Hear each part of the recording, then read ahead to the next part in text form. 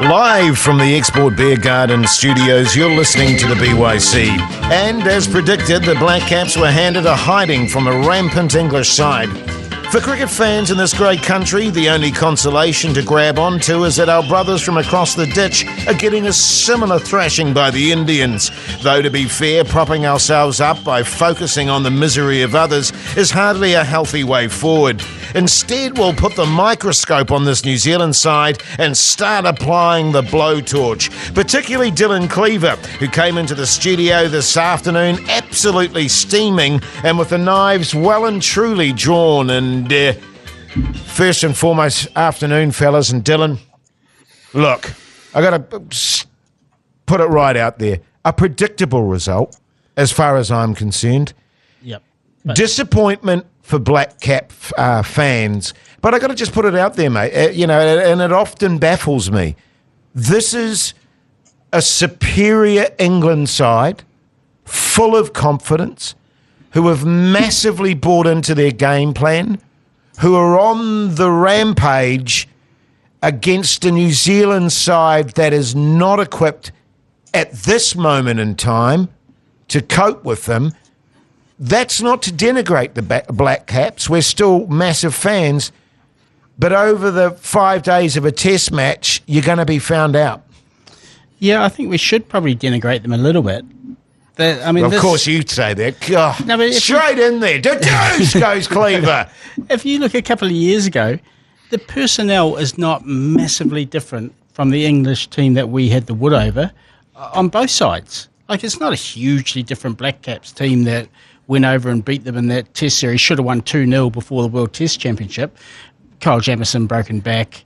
Ross Taylor retired, but Ross Taylor was on the slide then anyway. The England team not massively different. Bolty, Henry, Watling, de Grandhomme. Yeah, so it's massively different from that team, which is what I was trying to say, obviously. Yeah. But no, I think that it was a really dismal performance, and it was a real shame because I think the Lights did play a oversized role in the whole game. Bay Oval was fizzing. It was beautiful. Yeah, lovely. You had people queuing up to get in. It was packed. In fact, ironically, the only sessions where the crowd started to dissipate a little were the night sessions, which are meant to be the draw card. Yeah. But I just think that New Zealand spent far too much of that test as bystanders, watching England go about their work and then reacting to it. There's got to be a way to. I mean, we can't baseball. We haven't got the players to do that, but there has to be a way to be slightly more proactive than what we were. Well, Paul Ford, I put it to you this way. Southey, yes, sir. Big tick, experienced campaigner, great bowler. Kugelheim, Tickner, Wagner, who gives us everything, but maybe is slightly on a slight downward slope. You're just not going to do much damage with that bowling attack. Yes, and don't forget Michael Bracewell. Of course. Yes, the beast. Yeah. Hardly, as you say, probably if you're playing baseball and you're Harry Brook and you scored a runner ball against really, really good bowlers, you're probably not lying awake at night worrying about Michael Bracewell, which I think is your point. Yeah, and I think... Yeah, that's right. I guess the most frustrating thing is, I talked about it last week, but we had a world-class fast bowler available for that game, 2 minutes down the road, and there's a weird sequence that we're going to get into if we're going to be comfortable losing matches without picking our best teams, and I guess this is the first sign of it, and proof's in the pudding, and I hate to be the guy that's saying that. I think that the other thing is that our bankers. Southey looked good at times, but it's the weight of the world, right? He's the captain. He's the guy that's most likely to rip through that English team under those conditions, particularly at night. And then the other bankers are Conway, did some bloody good things in that game for sure. Got out to a stupid shot, frustrating. Williamson just didn't get going, Bowled Anderson, bowled Broad. Makes me nervous. Hopefully it's a one-off. Obviously, I hope that. And then Wagner, as you say, he's been a guy, lion-hearted performer for New Zealand for a long time. He's always been able to come on and do some damage and do some great stuff. And it felt like I don't know. I hope I'm wrong, but it had that feeling of, maybe he's lost the magic on that. And I guess that's the ominous thing. This wasn't just a hiding. We got eviscerated at times during this match, and we were chasing it really from the first 15, 20 minutes when a guy we'd never heard of, Duckett, set the momentum, and away they went. Yeah. Well, and I look at our bowling attack as well. There was a lot of short pitch bowling, Dylan Cleaver, and I think Kugelheim maybe at best getting up into sort of the mid to high 130s. It's just not effective against a quality batting lineup. Obviously, Matt Henry back. Yep. So that's going to be a fillip for us for sure. I think we really lack there. And as I say, this is not to stick the knife into the guys like Kugelheim. No, do it. No, I won't do it, Dylan. I will not do it. And Tickner, who gave their all, and the New Zealand side did give their all, but they're just simply outclassed at the moment, and they don't have the firepower to actually take this English side on. No, and I thought they stuck too long at the Wagner ball when it was clearly not working. And the worry about Kugelheim and Wagner going short for so long was not that they were penetrating that field that they have set for them behind square and on the leg side, but they were contemptuously straight bat swatting it, cross bat swatting it down the ground, which indicates that they have no fear of the pace whatsoever. And admittedly, it wasn't a very particularly quick wicket, so you can get away with that maybe there where you may not be able to do at the basin, but it is worrying signs. Yeah, it was a second-rate bowling attack. I don't think Southey bowled himself enough in that second innings. And in fact, I thought he was... I don't think he was certain when to bowl himself. He misses Trent, clearly, and probably misses Jamieson as well in terms of just that pattern that they used to run.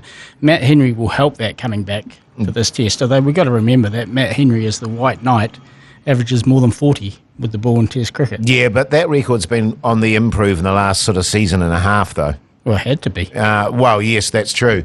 But, and I think that's to the point that Paul was making regarding Southey. He's got a lot on his shoulders at the moment, and he probably did feel the weight of that responsibility. And, and there was often times when I was commentating the match going, Jesus, if I was captain, where do I turn to now, actually? You know what I mean? Because there was a real sameness about the attack, and it's like, I don't really feel like there's many options going on out there, Paul. Well, they didn't turn to Daryl Mitchell. No, they didn't. And someone actually asked the question, how do we feel about the fact that, Daryl Mitchell wasn't given an over or two? Yeah, well, I think it would have been worth a crack. I mean, when you've got a guy going for 10, 11 runs and over at one end, how much worse can it be? I think it would have been worth a crack. Would it have turned the game? I think that's pretty unlikely. But, we've got to find a golden arm somewhere, so possibly worth a crack. Tell you, one of those times that the weight of the world for old Tim Southey was Harry Brook. Because this is the other thing, right? England are super good. They're really, really good at the moment. Absolutely. They're totally confident in their game. They're playing, that's right, they're playing audacious and commendable, cocky cricket. And, it's great to watch, but they are superb. And a couple of those lofted drives off Southey from Brook, and Dylan, you mentioned those tennis smash shots from Wagner. I mean, these guys can play. And I guess I heard an interview with Harry Brook. He was saying, well, when you're facing in the nets when they turn up, Anderson, Broad and Robinson, facing other bowlers is probably quite fun. And I thought it was quite a good point. And I know it's sort of slightly tongue-in-cheek, but I think there's something in it. If you're playing nicely to the pink ball, and as he said, I'm trying to hit Anderson, Broad and Robinson for 4s and 6s in the nets with a pink ball at night in the nets. I don't know, maybe there's something in that. It feels like one of those things Australia got really good at. Their batsmen got better because their bowling attack was so strong. Someone here, in fact, it was Stefan, asking, he's hoping Larson and co pick up the phone and get Doug Bracewell in the squad. Yeah, well, he didn't. And they haven't. Yeah, they haven't, no. Yeah. That mystifies me. It honestly does. I wonder if there's more to the story than meets the eye, but I thought that Bracewell would have looked very good with a pink ball in hand, particularly on that first morning or first afternoon when there was a little bit in that track.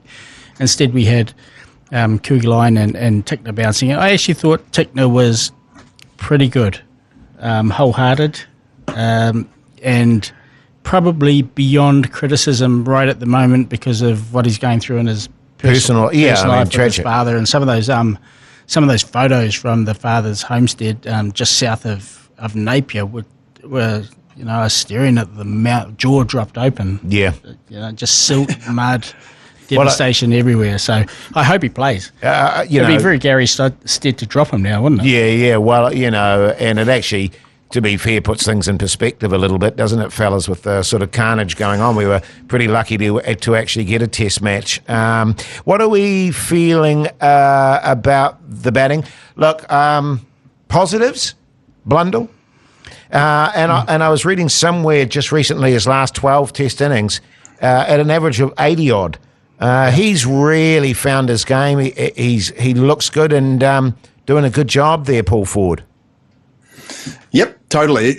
He looks very organised, and I heard him. One of those. He's batting and he's going through the gears, right? So they were talking about him accumulating runs and then knocking it into the gaps and then bludgeoning it towards the end, and that shows that you're in pretty good nick, particularly against that type of bowling attack. Conway, as I mentioned before, looked damn good as well. And it's his first test match actually at the Basin, which I hadn't quite clocked. Seems extraordinary given the amount of cricket he's played for New Zealand. And so I think there's quite a lot of pressure on him alongside Kane Williamson, who obviously failed twice. But yeah, look, we can get into maybe our 11s for the second test in a bit. But the batting, I don't know. We just got undone, didn't we, under lights. Now, we scored 100 for 8 in the 2 sessions that we batted under the lights. England 80 for 2. And I think that pretty much sums up the test match. At the top, our top order just got cleaned up. And England were extraordinary and fantastic and amazing the way that they tactically navigated that pink ball. And what I mean by that, I really admired the way that when it was on the third day when they orchestrated it, they batted more slowly to make sure that they extended their innings out. That was Stokes and Wokes and Leach from memory. And I thought, Folks. Man, that's smart. It's so frustrating. Yes. Sorry, folks, beg your pardon. Yeah. Just in terms of the pink ball test match, I mean, how do we feel about that? We did actually get some correspondence. I can't recall just off the top of my head who it was from. It's probably Dennis, I think. Was it Dennis saying, what is it with this? It's meant to be it's designed for daylight action, fellas. What is this bullshit? Pink ball test stuff. Waiting. It's only for the broadcasters.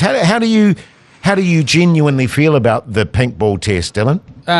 Honestly, when it first came in, I thought it was a good idea. I think anything that gets eyeballs and people through the gates to cricket is good. Now I've almost flipped 180, and I think it's a terrible idea. It feels confected. And Paul mentioned before, quite rightly, how amazingly England manipulated that match, so they got to bowl to New Zealand's top order twice under lights. But manipulated is probably the key word there. Like going out and scoring 325 in 2 sessions and then saying, no, that's enough. I mean, that just doesn't happen in Test cricket. I just think that the balance between bat and ball in that final session is too weighted in the pink ball's favour. I don't think batsmen are picking up very clearly. Andrew Alderson, who's got eyes like a hawk, was in the press box with the binoculars, and he reckons he couldn't pick up that pink ball at night. And if Aldous can't see it, that's good enough for me. I just don't know that it's necessary or even doing what it was meant to be doing, because like I said, the last session of the 3 completed days there was the least patronised of the lot. Paul Ford, pink ball. Dylan, did you just call Andrew Alderson a Nighthawk? Because God, I do love the Nighthawk. Yes, we had some good Nighthawk chat over the commentary. Actually, look, I think it's owls that killed Nighthawks. I looked that up the other day. Look, I actually like the pink ball test, but I find it a bit annoying in a 2-test series, because I think if it's part of a 3-match series and it offers something different, I can cope with that. And I do think there's something nice about getting home from work and be able to settle in and watch the cricket till sort of 8:30, 9 o'clock. And I assume from a broadcasting point of view, that's pretty handy in terms of that English audience and all of those sorts of things. So, for the sake of Test cricket economics, I'm happy to suck it up. But, I think if that was, Eden Park or somewhere like that, which obviously they've had them there before, that's when that really comes into play, where you've kind of got these, crazily massive empty stadiums, and hopefully you get a few more people along. But as Dylan says, I'm not 100% convinced, but I can cope with it in context. Just wish it was part of a bigger series. The other thing, as well as that sort of imbalance between ball and bat in that night session, is there's no spin in that session either, and I think that the game does lose something around that as well. 1/3 of the game where you're basically going to have no one bowling spin. It does detract a little bit. Yeah. Another name for the Nighthawk apparently is a goat sucker. Goat sucker. True story. There you go. Well, let's look ahead now to the Basin Test match. Love a Test match at the Basin, starting tomorrow, of course, fellas. A few changes for New Zealand. What are your expectations, Dylan? Well, Henry obviously comes in. I think they've already stated that. It comes down to, I presume they're going to choose between Tickner and Kugelheim. Yeah. Who would you go for? Well, I go for Tickner for a variety of reasons. I wouldn't have Kugelheim anywhere near my squad for reasons probably beyond cricket. Yes. But, and I think Wagner possibly gets a stay of execution because of that left arm variety. And the other pinch point obviously is at number 4, where Henry Nicholls added to his run of despair. There's 12 single figure innings in the past 20 Test innings that he's played. But, I just don't think Gary Stead's got it in him to drop him. Are you talking about Henry Nicholls, yes. Yeah. I thought you said Young there, but I'd have Young, but I think they'll stick with Nicholls. Yeah. I mean, very easy as a sideline pundit to say get Young in there, I suppose. But geez, you've got to give the guy an opportunity. Henry's really struggling at the moment, and that's just how it is in cricket sometimes. Sometimes it's good to go away from the game, but I see Salvi, though, really backing him up and backing him as a player. What do you feel about that, Paul Ford? Yeah, I mean, they've got to, don't they? Because I think he's in the squad, they're going to pick him. But, yeah, I think I was writing down my team for this game, and if you could just throw the door open, I'd be bringing Glenn Phillips in. I'd be bringing Ish Sodhi in as a bit of a wild card, and I would obviously be bringing Bolton, not to labour the point, and they'd come in for Nicholls, Bracewell, and Wagner, and I would have Latham and Conway opening up, and Young would be in there for me at number 4. I really hope that they can squeeze him in, but yeah, look, they're going to have to do something a bit rogue, and I just don't think they've got it in them. There is a scenario where they can play Young and Nicholls if, as some of our correspondents have mentioned, they're willing to give Daryl Mitchell 8 to 10 overs a day, and then you play 3 seamers. Yeah. Bracewell. Yeah. And you lengthen that batting. It could be construed as a reasonably negative way to go about it, but yeah, as Paul mentioned, I'd be throwing a lot of stuff at the wall at the team meeting and seeing what sticks. My bowling, because we got to win, right? Yeah, totally. Win. Otherwise, is it 6 series or it'll be 7 series? I think 6 or 7 series in a row since that World Test Championship, since we've won a series. I mean, that is just unbelievable. And we're good at the Basin. We're very familiar with playing there with a red ball. We've had 3 wins. We pasted India by 10 wickets. Sri Lanka got out of jail against us over the last few years. We've done pretty well there. So I think we should be confident going in there. And, like you said, Jase, Matt Henry being in there, it feels like we'll have someone who will be a bit more consistent, even if he's not necessarily going to rip through them. But we all know what he did against South Africa. So it's a possibility.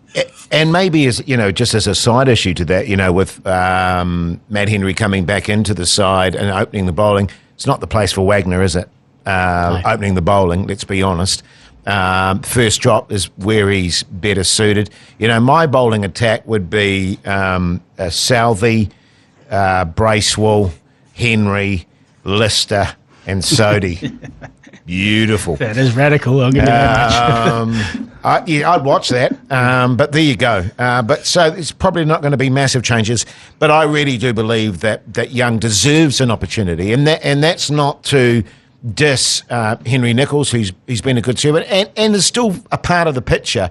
But I honestly believe Young deserves an opportunity again down the order as opposed to opening.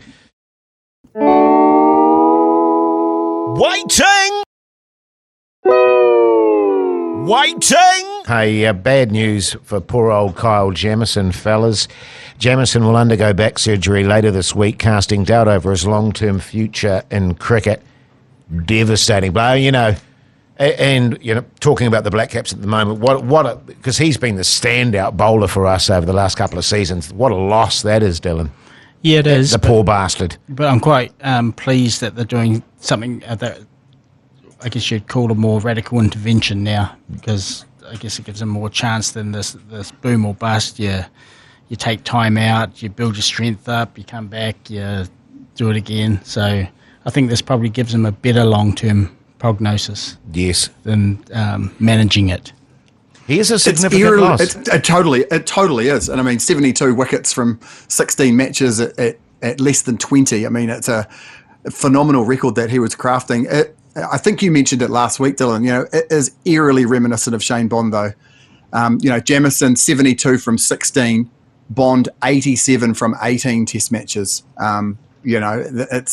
It's just got a bad vibe about me. And yeah, God, it'd be lovely to have him back, but he's got to do what's right for him. So fingers crossed that that all goes well. Yeah, the White Ferns. Let's cross over to them now. Gone.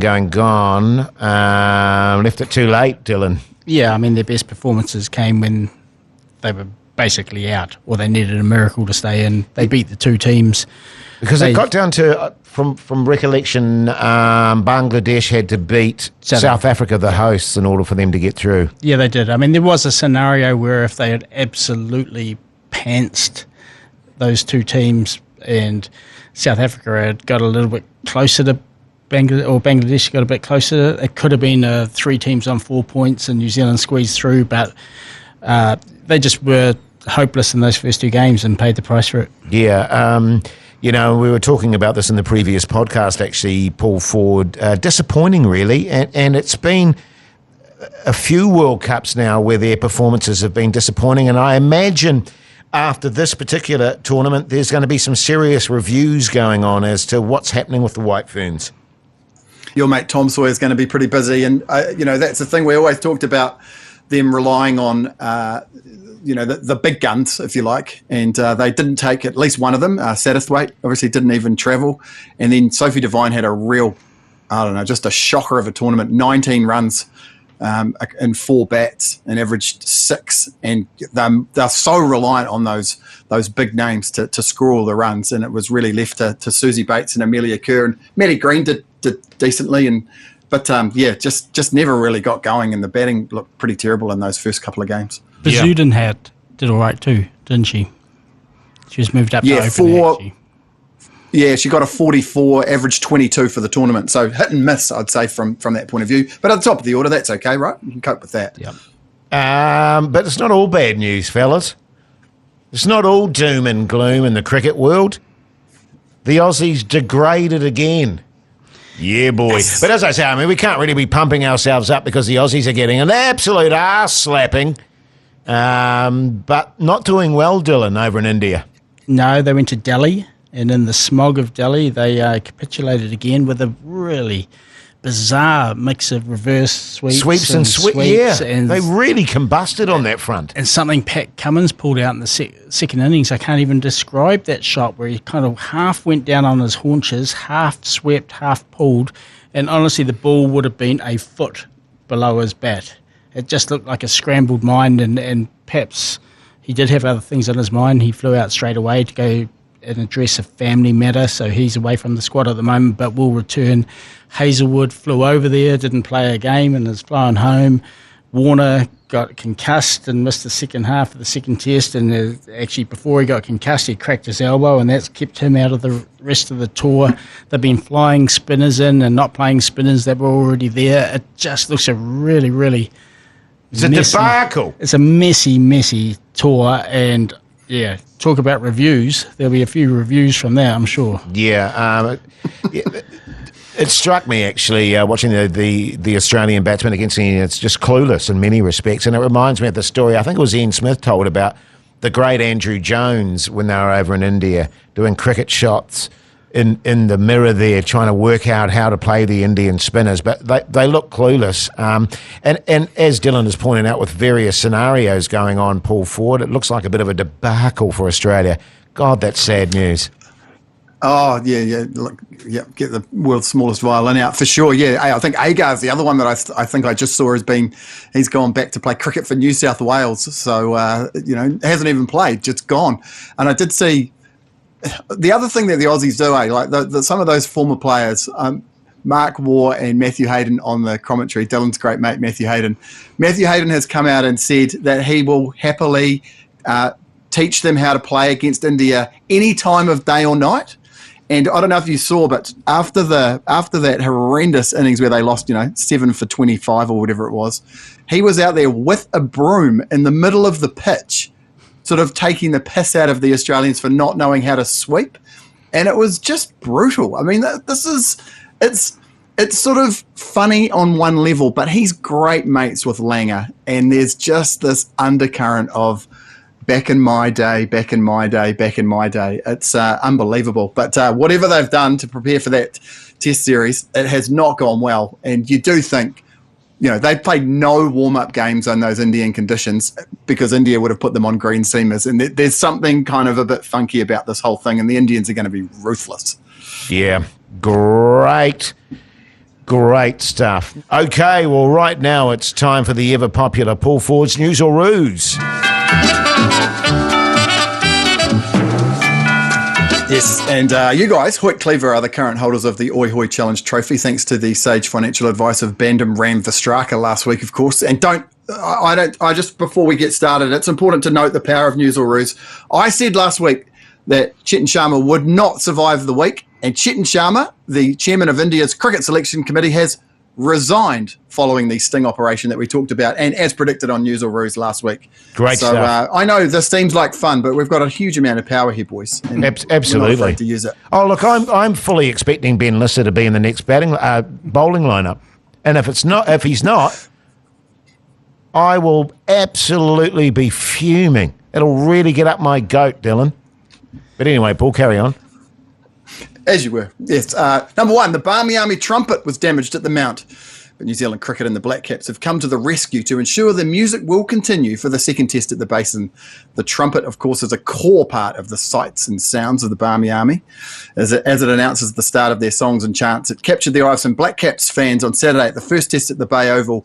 Barmy Army trumpeter Simon Finch said, "A rather overexcited local man blind-spotted me and grabbed the horn from my hands. The trumpet got bent and twisted, which ruined the airflow, and it meant it was out of tune." Finch, a professional trumpeter for 25 years who's performed with Beyonce, Blur, and Liam Gallagher, said he's never experienced having his instrument stolen before, but local trumpet players in Tauranga jumped to his aid while it was out of action. No major crumples, and he was able to get it to Brad Teal at Vanguard Orchestral Repairs on Wednesday morning. It's being prioritised, and this is a nice touch. New Zealand Cricket are paying for the repair, which I rate that. Yeah, that's good. Good stuff. Number two, Steve Smith is reportedly a chance of playing cricket in the United States next year after conducting secret talks with bosses of a new American T20 league.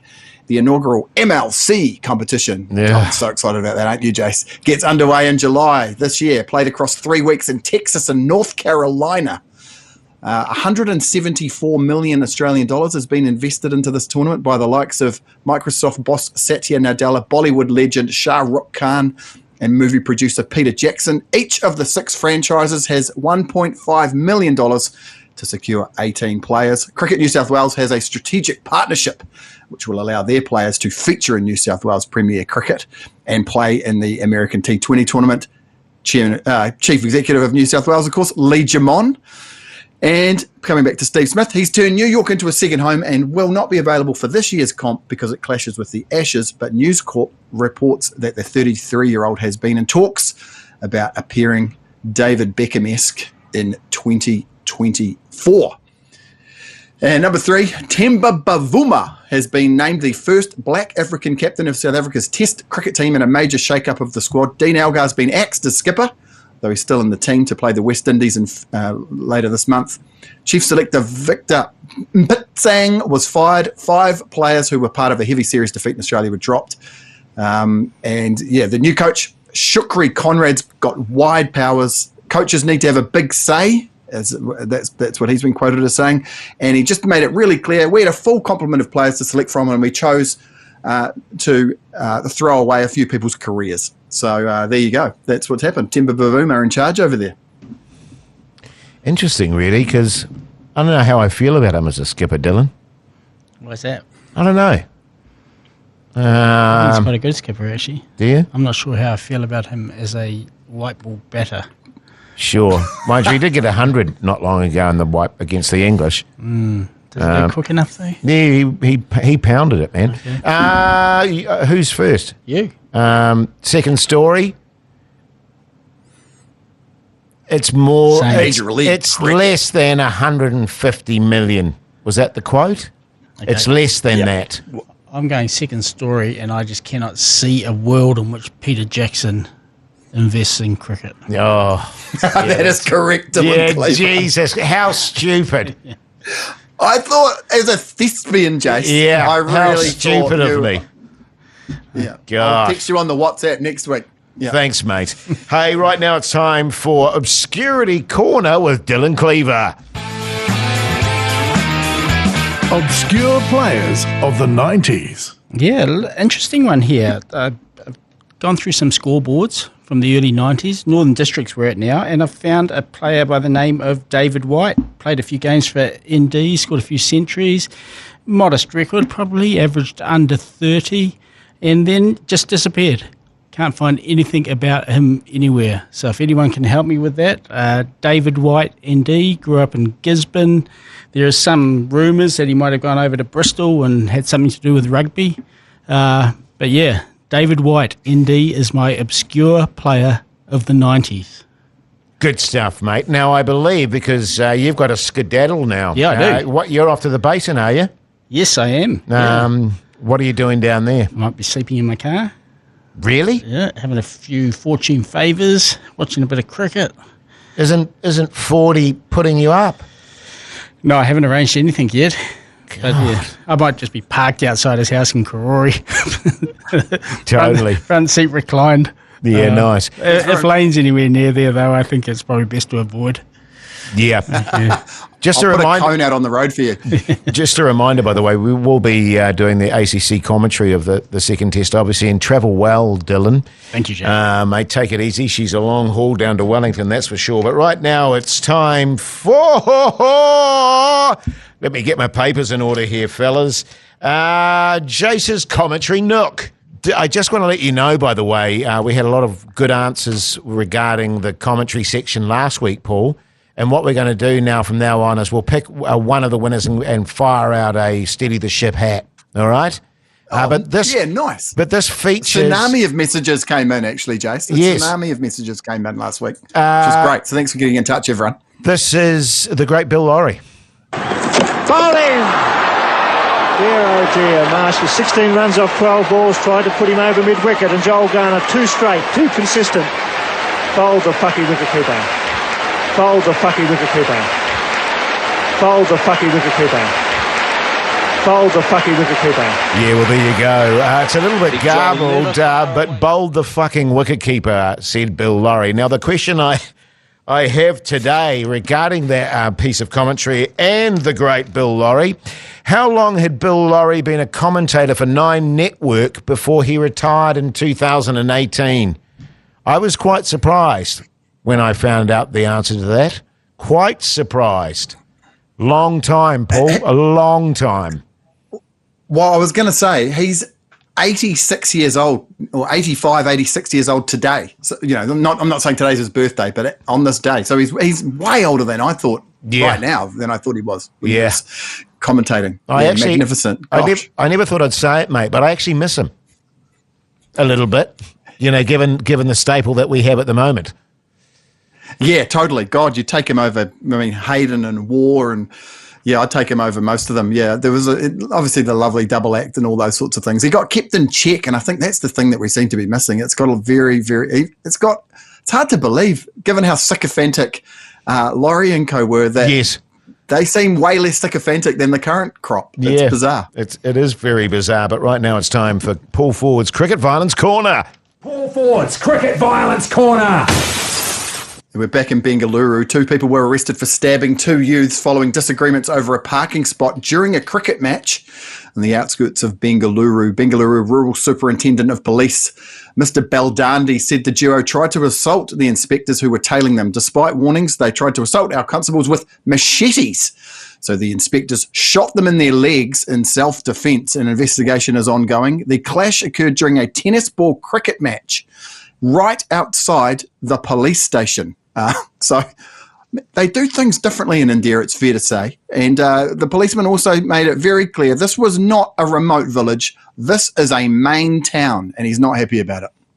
Great stuff, mate. Now, listen, she's been a bit doom and gloom, hasn't she, this particular podcast? Things aren't going well for the boys. Let's hope for a bit of a turnaround in the second test match there. But, hey, great news, Paul Ford. New Zealand defeats Australia in over 40s cricket. How good, man. How good. I know. What a great... You used the word fillip before, which is a great word. And this is another fillip, Jase. Yes. New Zealand go 1-up in historic Trans-Tasman over 40 series. New Zealand have defeated Australia by 6 wickets to take a 1-0 lead in the 3-match over 40s international series in Christchurch. So there you go. What we should be doing is maybe taking a look at that match and maybe getting some of those players over to the boys at the test match at the Basin, maybe. Well, that's right. And one of them you will be very familiar with, Hamish Marshall, who plays every cricket match that's played in New Zealand, seemingly. Doesn't he? Another bloke called Hardeep Singh. And it's quite an historic occasion. This is the first over 40s international match played anywhere in the world. This is another new format of cricket that's going to take our players out of the Black Caps and straight into the lucrative world of over 40s cricket. Yeah, great stuff. Now, listen, Paul, if people do want to get in contact with us, how do they do it, mate? Flick us an email to byc@beigebrigade.co.nz or slide into the DMs of the Alternative Commentary Collective or the Beige Brigade on Facebook or Instagram. Jase, Dylan and I have got a WhatsApp group. We screenshot them, we debate the merits, the pros and cons, and we get our juices flowing whenever your correspondence comes through. So do get in touch. I tell you what, that old WhatsApp is great, isn't it? Getting some real inside scoops from old Cleaver there with all his contacts in the cricketing world. Jeez, the stories we're hearing, which we may or may not feature someday on, maybe the R18 BYC podcast special. But listen, thanks to everyone for listening to this podcast. Let's hope the boys can turn it around a little bit, Paul Ford, and maybe when we're doing the ACC commentary, we might cross to you live at the ground, mate. How does that sound? That sounds magnificent. Yeah, look, we're looking for England to get there. Well, I think they've had 6 wins in a row, so wouldn't it be lovely to round that out with a loss in their 7th? Totally. I love going to the Basin. Look forward to talking to you, boys. So, just very quickly, the weather today pretty shit. How's it looking for the test match? Yeah, I think there's just a few showers about, and it is 15, 16 degrees, so it's going to be quite English conditions. I don't think that it'll it's just going to be there's going to be a bit of off and on stuff, I'd say. So I think we'll miss a few hours here and there, particularly on Saturday, maybe a little bit of a slow start on Friday, but it's going to come right sort of late Sunday, and it's going to be beautiful Monday, Tuesday. And against this English team, I think we only need 3 days of cricket, let's be honest. Yeah, fair point. Hey, well, thanks for taking the time. We'll be back same time, same place next week. Take it easy out there and go the Black Caps. Come on.